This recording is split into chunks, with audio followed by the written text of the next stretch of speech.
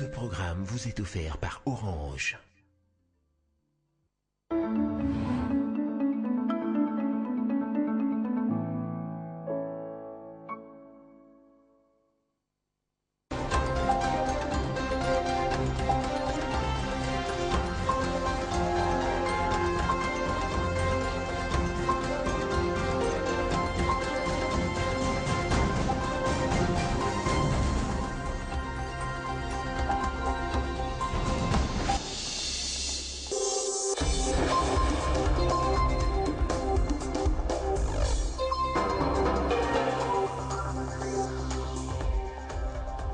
Au sommaire de ce journal, la dépouille mortelle de la star congolaise Papa Wemba a été conduite à sa dernière demeure ce mercredi au cimetière Nécropole entre ciel et terre. Mais bien avant, le cardinal Mosengo a célébré une messe d'action de grâce en la cathédrale Notre-Dame du Congo. Et cette information qui vient confirmer ce que vous a révélé Télé 50 il y a peu, des mercenaires étrangers à la solde de Moïse Katumbi sont actuellement dans l'ex-Katanga dans un objectif de déstabilisation des institutions de la République. Le ministre de la Justice Alexis Tambwe-Mwamba a ordonné l'ouverture d'une enquête. Et puis la cimenterie de Lukala, dont la province du Congo central est en difficulté, risque de fermer si l'on n'y prête pas attention. Les dirigeants de cette entreprise lancent un cri d'alarme aux autorités congolaises. Nouvelle session d'information sur Télé 50. Bienvenue à tous. À la une de l'actualité, la dépouille mortelle de la star congolaise Papa Wemba a été conduite à sa dernière demeure ce mercredi au cimetière Nécropole entre ciel et terre. Mais bien avant, le cardinal Mosengo a célébré une messe d'action de grâce en la cathédrale Notre-Dame du Congo en présence de plusieurs personnalités, membres de famille, les amis et connaissances, ainsi que les fans de Jules Shungo Wembadio Penekikumba. Nous allons maintenant vous amener au pays de la rumba, la RD Congo. Ambassadeur de la culture congolaise à travers le monde, Papa Wemba aura porté son nom au-delà des mers et des océans grâce à son art. Conscient de cela, la nation congolaise, avec ses dirigeants, ont durant 3 jours rendu des hommages au roi de la rumba et de la sape au palais du peuple. Avant la levée du corps vers le nécropole, une messe d'action de grâce en sa mémoire a été célébrée à la cathédrale Notre-Dame du Congo par le cardinal Mosengo Passigna. Dans son homélie, l'archevêque de Kinshasa a martelé sur la portée des valeurs intrinsèques qu'incarnait l'illustre disparu, Papa Wemba. Les cathédrales Notre-Dame du Congo a refoulé du monde. Représentant les chefs de l'État, le président de l'Assemblée nationale avait effectué le déplacement de ces lieux. À cela s'ajoutent les présidents du Sénat et autres membres du gouvernement. Organisateur des obsèques de Papa Wemba, le gouverneur de la ville-province de Kinshasa, André Kimbuta Yango, a, dans ce mot, dressé le parcours élogé de ces grands artistes congolais de renommée internationale. Après la messe, le corps de Shungo Wembadio a été acheminé vers le nécropole sous l'accompagnement d'une foule compacte qui aura démontré son attachement au roi de la rumba et de la sape durant 3 jours. L'illustre disparu aura marqué les esprits par sa simplicité légendaire. Pour ses fans, Papa Wemba était un patriote et un rassembleur. Et pour certains, Shungo Wembadio est un prophète car il avait prédit sa mort. En tant qu'élu du peuple, nous devons remercier les chefs de l'État, le président de la République, pour avoir honoré la population congolaise à travers les obsèques dignes de ce nom qu'il a organisé au nom du peuple, au nom de son peuple, pour l'artiste Papa Wemba. La mort de Papa Wemba me donne moi une leçon. La mort pour les Africains, c'est un moment de réconciliation, un moment où on doit se pardonner. C'est une grande perte, non seulement pour le peuple congolais, pour l'Afrique et pour le monde. C'est vanité des vanités en fait. Tout est vanité. Nous osons croire que le départ de Papa Wemba, la mort de Papa Wemba, si ça peut servir de déclic pour la reprise des activités de nos artistes musiciens dans notre pays. Alors on pourra dire bravo l'artiste, il n'est pas mort pour rien. La symbolique, c'est d'abord l'honneur qui lui est rendu aujourd'hui, c'est la reconnaissance de la patrie. Félicitations et remerciements au chef de l'État de l'avoir honoré, Papa Wemba. Pour nous, Papa Wemba, c'est toute une vie. Moi, je l'ai connu très jeune, venant de mon village jusqu'à Paris, et je l'ai encore connu il y a à peine 2 mois, on a échangé ensemble. Wemba, c'était toute une vie d'une nation, culturellement, en termes de comportement, en termes de disponibilité. Il a même consacré toute une chanson à Télé 50. C'est pour vous dire qu'il ne me refusait rien, Papa Wemba. Il faut être toujours prêt. Là où l'on est, à n'importe quelle heure, à n'importe quel moment, la mort ne choisit pas les lieux, le moment. Et il faut être bien avec les gens. Quand on l'est, on est honoré. Pleurer comme Wemba. Il est le modèle d'un musicien qui n'avait pas peur ni honte de proclamer, de clamer tout haut qu'il était chrétien, catholique. Et nous avons tenu à l'honorer. D'abord, il a eu la bénédiction de mourir un dimanche, tout un grand symbole. Il est mort comme il a demandé à Dieu, tout un symbole. De symbole en symbole, Dieu l'accueille. Toujours en rapport avec les obsèques de Papa Wemba, sachez que les délégations sont venues de partout pour y prendre part. Dans cet élément, nous vous proposons de suivre la délégation des Congolais venus de Nairobi. Cette délégation est composée des sapeurs et mécènes. Suivez. Durant les 3 jours des obsèques de Papa Wemba, à la capitale congolaise a accueilli différentes délégations venues de tous les horizons. Ils sont venus s'incliner devant la dépouille de la star de la rumba, a décédé sur scène, on se souvient, le 24 avril dernier à Abidjan. Et ces funérailles étaient aussi le retrouvaille et pas seulement des artistes et musiciens, mais aussi sapeurs venus de partout. Les cas de la communauté congolaise vivant en Nairobi et délégués par le groupe Jojo Mandiki. Et tous gardent Papa Wemba à l'image d'un grand artiste, mais aussi homme de bonne foi. Donc, tu as Kenya, tu as à peine, tu as lavé beaucoup, j'ai accueilli. Donc, beaucoup, que son âme se repose en paix. Mes condoléances à la famille Vieux Bokul, parce qu'il y a un grand prêtre de prêtres. On a Zapir Vieti dans le nord, donc il y a que à Bilambe Keibo, Zambabati, PCP, Payakei, Aranakimia. Outre cette catégorie de personnes, les communautés et associations ont aussi effectué les déplacements du palais du peuple, notamment la communauté des femmes lumière des bonhommes. Née il y a 66 ans, dans le centre de la République démocratique du Congo, le nom de la star restera gravé à jamais dans le cœur des Congolaises et Congolais. Décès de Papa Wemba, une messe d'action de grâce a été également organisée ce mercredi à Mbuji-Mayi.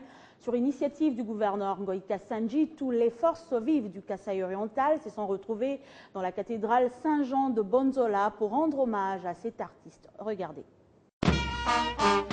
C'est dans cette cathédrale de la paroisse Saint-Jean de Bonzola que les forces vives de la province du Kasaï oriental ont choisi d'honorer de leur manière Papa Wemba, décédé le 24 avril dernier à Abidjan sur Seine, à travers un culte d'action de grâce organisé par le gouverneur des provinces Alphonse Ngoï Kassanji. Toutes les forces vives de la province du Kasaï oriental ont pris part à cette messe en présence de l'évêque du diocèse de Mbuji-Mayi, Monseigneur Bernard Kassanda. À travers les lectures, l'officiant du jour a invité le peuple de Dieu présent, à l'exemple de Papa Wemba, de pouvoir mener une vie qui peut inspirer les autres après votre retour vers Dieu, votre Créateur. Le gouverneur des provinces Alphonse Ngoï Kassanji, qui a pris parole, a rendu hommage au chef de l'État, Joseph Kabila Kabange, pour avoir débloqué des moyens conséquents afin d'organiser des obsèques pour Papa Wemba. Le gouverneur des provinces a émis le vœu de voir les œuvres de Papa Wemba rester à jamais gravées dans le cœur de tous les Congolais. Le parcours de Papa Wemba sur cette terre, disons, est plein d'enseignements. La jeunesse dont il est l'icône puissera en l'amour du travail bien fait. Son deuil a administré la preuve éloquente, la convergence des Congolais autour des valeurs qui exaltent notre nation. Papa Wemba n'était pas seulement un simple Congolais, mais c'était un monument sur le plan mondial. Voilà pourquoi les fils et filles est-kassaïens lui ont en outre réservé une caravane motorisée qui est partie de la paroisse Saint-Jean-Baptiste de Bonzola avec comme point de chute les clubs Lamien de Bakwanga pour un rafraîchissement. Le décès de Papa Wemba, on note également la réaction du président de l'Assemblée provinciale du Sankourou, province d'origine de Jules Chungu Wemba Dio. Pour les députés Charles Pongo, Papa Wemba a au cours de toute sa carrière mené un combat d'amour et d'unité. On l'écoute. D'abord la nostalgie, la tristesse, parce que nous avons perdu un géant, un monument et les symboles même de la musique de notre pays. Paix à son âme. Papa Wemba n'a pas seulement été du Sankourou et de ce pays. Il est africain. Il est un citoyen du monde. Nous allons devoir le pleurer et interpeller la conscience des uns des autres, autant que intercéder auprès de Dieu pour que son âme trouve la place de choix auprès de lui. Lui qui est miséricordieux, qui oublie quelques erreurs humaines, quelques péchés qu'il aurait commis, mais surtout qu'il voie plus ce qu'il a été. Un homme pacifique, un homme d'unité.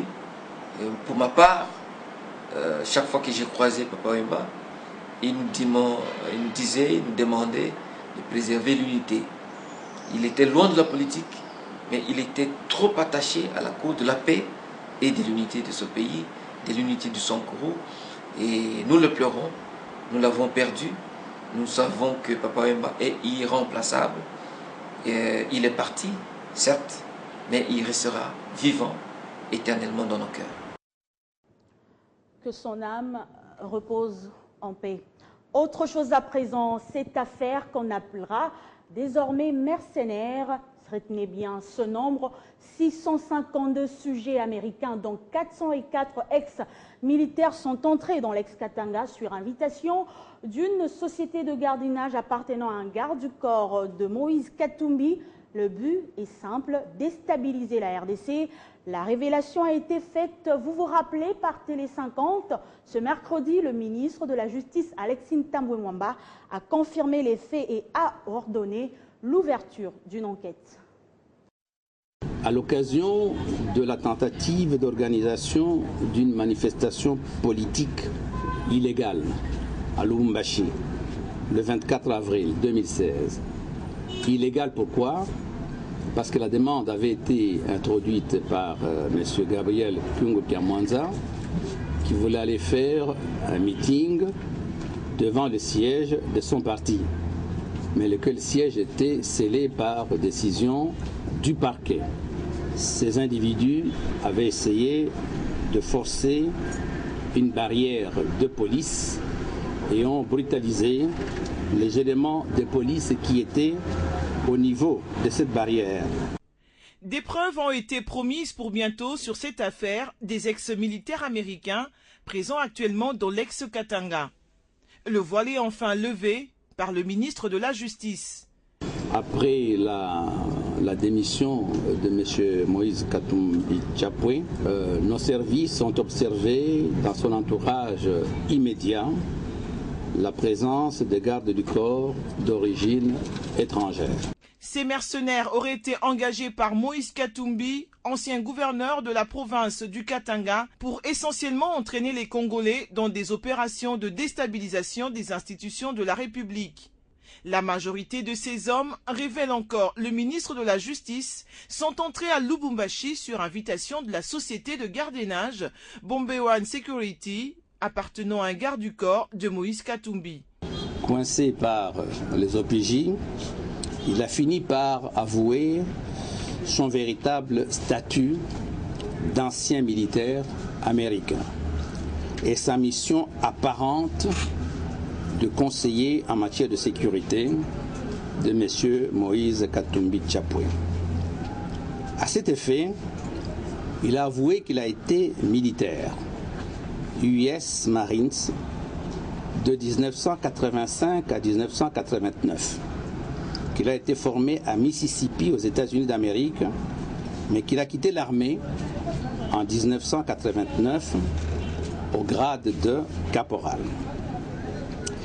Il a souligné qu'il avait été sous contrat militaire, d'abord au Kosovo, de 2009 à 2010, et ensuite au Burundi, de 2011 à 2012.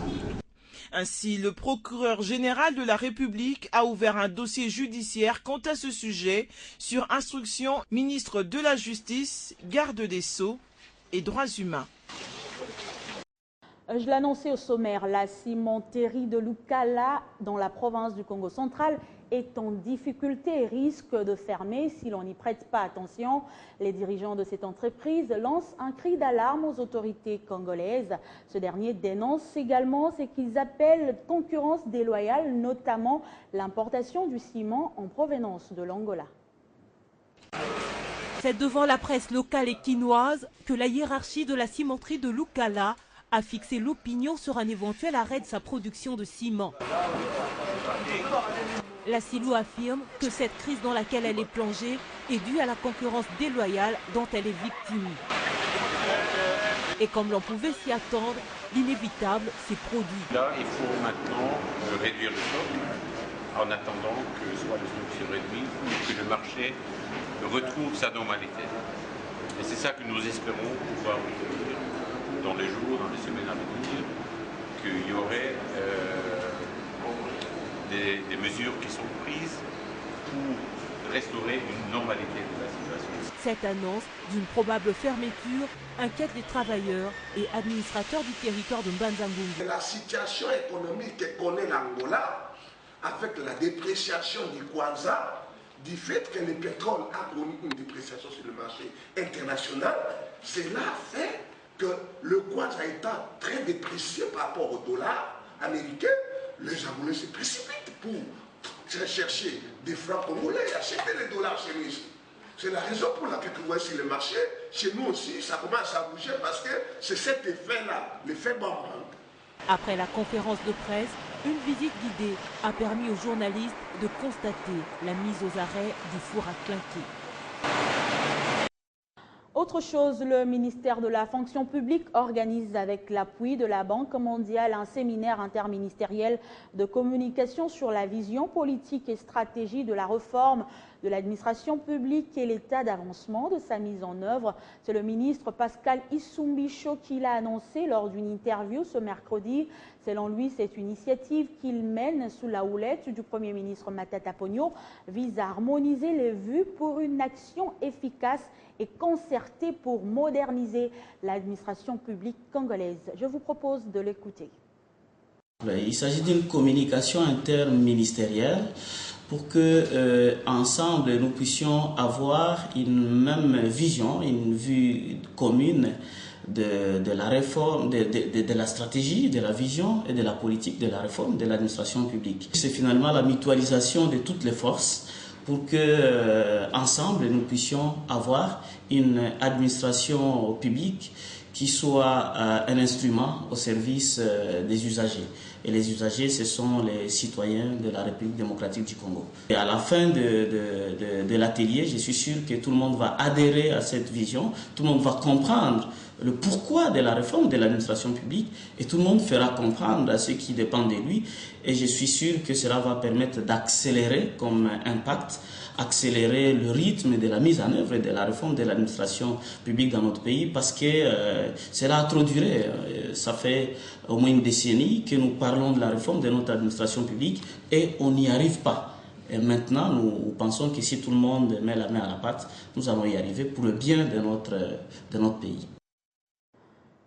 Dans l'actualité également, les travaux de la conférence internationale sur l'amélioration du climat des affaires en Afrique subsaharienne se poursuivent dans la capitale kenyane.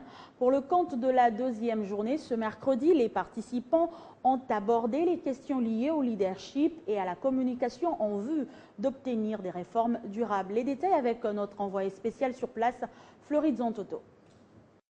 Comme annoncé dans ma première livraison d'actualité hier dans la soirée, en rapport avec cette conférence, les discussions et les échanges se déroulent au sein des panels où interviennent plusieurs acteurs en raison de leur appartenance, soit au secteur privé, soit au secteur public. Si hier, le vice-ministre du Plan, Franklin Chamala, a exposé sur l'usage des technologies de l'information et de la communication dans l'amélioration du climat des affaires, ce mercredi matin, les premiers panélistes se sont penchés plutôt sur la combinaison de leadership et de la communication pour arriver aux réformes durables. Dans ce panel, les intervenants ont relevé le défi que doivent jouer les gouvernements en tant que leaders dans l'aboutissement de réformes majeures. Ils ont relevé le fait que les gouvernants eux-mêmes constituent des fois des obstacles dans cette démarche. Et c'est dans cette perspective que les acteurs politiques du Kenya et du Zimbabwe, sous la modération d'un expert du groupe de la Banque mondiale, ont échangé avec le reste des participants dans la salle. Autre défi majeur, c'est la communication qui s'articule autour de réformes. Pour les panélistes, il est important de communiquer dans l'ensemble du processus pour que chaque acteur impliqué dans l'élaboration de réformes soit suffisamment informé, sans oublier la population pour laquelle ces réformes sont élaborées. Bien avant cette deuxième journée de travaux, tous les ministres conviés à cette conférence ont fait le tour des différents stands érigés le long de la salle où se tiennent les travaux, question de jeter un œil sur la variété de produits locaux exposés, mais également les services offerts par les différentes structures privées et étatiques. La visite a été conduite par le ministre kenyan de l'Industrie, co-organisateur avec le groupe de la Banque mondiale de cette conférence. Depuis Nairobi, capitale kenyane, Floride Zantoto, Télé 50. Précision par ailleurs que le vice-ministre du Plan a accordé une interview exclusive à un média de la place. Interview durant laquelle Franklin Chamala a évoqué les différentes réformes entreprises par la République démocratique du Congo. Nous y reviendrons dans nos prochaines éditions. Dialogue national inclusif, la sensibilisation se poursuit dans le Congo profond. Dans la ville de Likasi, des milliers de femmes et jeunes ont été conscientisés sur le bien fondé de ce forum national. Josué Mouyumba. Une grande manifestation a eu lieu dans la commune de Likasi, au sein de la ville qui porte le même nom. Autour du bourgmestre de la commune de Likasi, toute catégorie des femmes de cette entité ont répondu au rassemblement. Le bourgmestre Olivier Kiboko s'est saisi de l'opportunité pour rappeler aux femmes de sa juridiction leur rôle combien important dans le développement de la RDC.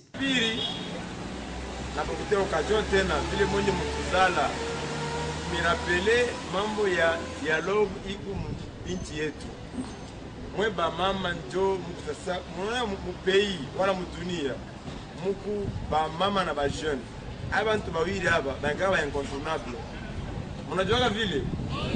Par la suite, le bourgmestre Kiboko a mobilisé les chauffeurs de taxi-moto à œuvrer pour sauvegarder la paix dans la commune. À l'issue d'une marche pacifique effectuée à travers les grandes artères de la commune, Olivier Kiboko a eu des termes clairs pour attirer l'attention de ces jeunes. À travers cette randonnée, Olivier Kiboko a voulu témoigner à l'opinion la détermination de la jeunesse de sa commune à soutenir les actions du président de la République Joseph Kabila Kabange, surtout dans son initiative du dialogue national inclusif. Voilà qui met fin à ce journal. Tout de suite, le rappel des titres. La dépouille mortelle de la star congolaise Papa Wemba a été conduite à sa dernière demeure ce mercredi au cimetière Nécropole entre ciel et terre. Mais bien avant, le cardinal Mosengo a célébré une messe d'action de grâce en la cathédrale Notre-Dame du Congo.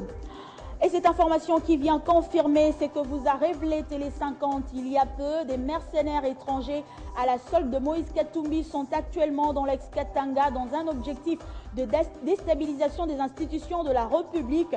Le ministre de la Justice, Alexis Tambwe Mwamba, a ordonné l'ouverture d'une enquête Vous avez suivi les détails dans ce journal.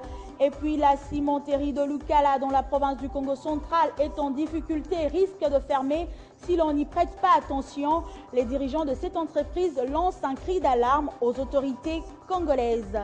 C'était l'essentiel de l'actualité. Merci de nous avoir suivis. L'info est en continu sur Espace 50. Dans un instant, la revue de presse.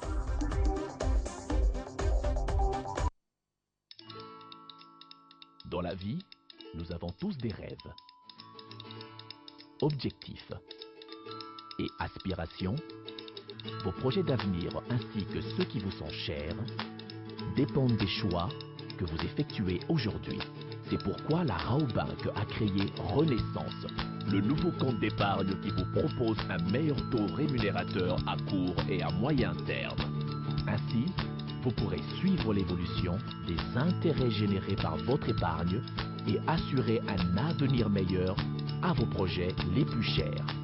Raobank is my bank.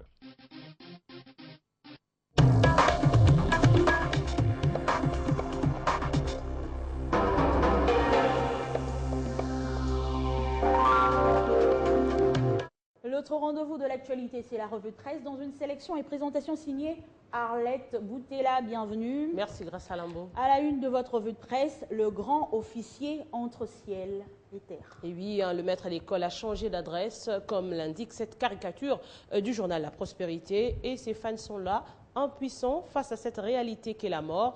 Confiants, ils disent garder de lui des bons souvenirs, surtout que l'artiste ne meurt jamais. Bien avant sa mise en terre, rapporte au Forum de Zas, une messe d'action de grâce a été dite en l'honneur de l'illustre disparu, initialement prévue au Palais du Peuple, lieu consacré aux funérailles de 3 jours. La messe a été dite en la paroisse Notre-Dame du Congo à Lingwala et Monseigneur Mosengo a dit la messe, écrit le phare. Et une fois que le gouverneur de la ville de Kinshasa, qui en même temps le président du comité organisateur des obsèques, a prononcé son oraison funèbre, la députée Jules Chungu Wemba Diyo, alias Papa Wemba, a quitté la cathédrale Notre-Dame du Congo pour la nécropole. Prenons cet autre article de La Prospérité qui estime que s'il était donné à un mort de revenir à la vie à la suite des lamentations de ses fans, Papa Wemba aurait survécu. Au rédacteur d'enchérir que Kimbuta a même annoncé en déant 40 jours la construction d'un grand mausolée à Kinshasa sur la meilleure façon de conserver à jamais la mémoire de cet artiste hors pair. Au rasoir de La Prospérité de conclure, voilà la vie c'est qu'elle est, avec un début à la naissance et une fin à la mort. Autre titre, le dialogue suspendu au retour de Kodjo Arlette Boutella. Et oui, ainsi que cela se chuchote dans les salons politiques de Kinshasa, renseigne le phare. Edem Kodjo, le facilitateur du dialogue inclusif entre Congolais, est absent de la capitale depuis un certain temps. Aux dernières nouvelles, l'on apprend qu'il séjourne à Addis Abeba, en Éthiopie, au siège de l'Union africaine, après une courte pause chez lui au Togo. On pense qu'il doit avoir de nouveau rendu compte à Madame Nkosazana Zuma, présidente de la Commission de l'Union africaine, de l'étape préliminaire de sa mission, plus précisément des difficultés de mise en place du comité préparatoire. Au potentiel de préciser, Kodjo appelle au secours Madame Zuma. Le diplomate togolais, selon le journal, peine à donner corps à sa mission. L'élan pris pour mettre sur pied le comité préparatoire du dialogue s'est estompé brusquement, désemparé et sans doute dépassé par la complexité du problème. L'émissaire de l'Union africaine, Edem Kodjo, est essoufflé. Seul exutoire qui lui restait, rentrer à Addis Abeba et appeler au secours Madame Zuma. Alors qu'on pense que le facilitateur séjourne encore en dehors du pays. Forum de Zas de préciser en titre que rentré à Kinshasa hier, Edem Kodjo retrouve l'opposition toujours divisée. Selon le rédacteur, grâce, le constat est tel que rien n'a évolué. La bataille au couteau autour du quota réservé aux différentes composantes se poursuit irrémédiablement. Les uns revendiquent légitimement plus que les autres eu égard à leur surface sociologique. C'est le cas par exemple pour l'UDPS, pour les 12 postes réservés à l'opposition. Kodjo se doit donc de relancer au plus vite les concertations laissées pendantes avec les différentes parties prenantes pour dégager un accord. La date fixée pour la mise en place du comité préparatoire est dépassée depuis près d'un mois. On en est en mai, renchérit le journal à quelques 7 mois de la fin de la législature en cours qui est fixée au 19 décembre de cette année. Eh bien, nous osons croire que après les funérailles de Papa Wemba, eh bien, l'actualité, voilà, justement, place à la politique avec le dialogue. C'était l'essentiel de votre revue de presse. Merci. Je vous en prie, grâce à Salam. C'est la fin de la revue de presse. Merci de votre attention soutenue et restez fidèles au programme de Télé 50.